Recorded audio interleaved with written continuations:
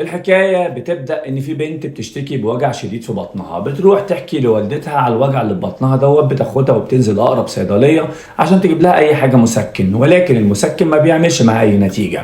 فبتاخدها هي وباباها وبتروح عشان خاطر تكشف عليها، وهناك بتبقى الصدمة: بنتكم حامل. مبدئيا كده قبل ما اتكلم عن الواقعة ديت، عايز كل الناس تعمل لايك وشير كتير للفيديو دوت وتسمع الفيديو، بس احلفكم بالله انه مهم جدا جدا. الفيديو دوت بلس 18 للكبار فقط، لكنه مهم جدا للاطفال. فيلا بينا احكي لكم ايه اللي حصل بالتفاصيل في اصل الجريمة. جنى من محافظة المنوفية وتحديدا من شبين الكوم، عندها 14 أو حوالي 13 سنة ونص. البنت طبعا مش هينفع ننزل صور البنات خالص. البنت عايشة في بيت عيلة مع باباها ومع مامتها ومع ستها ومع عمها ومع عمها التاني ومع أختها.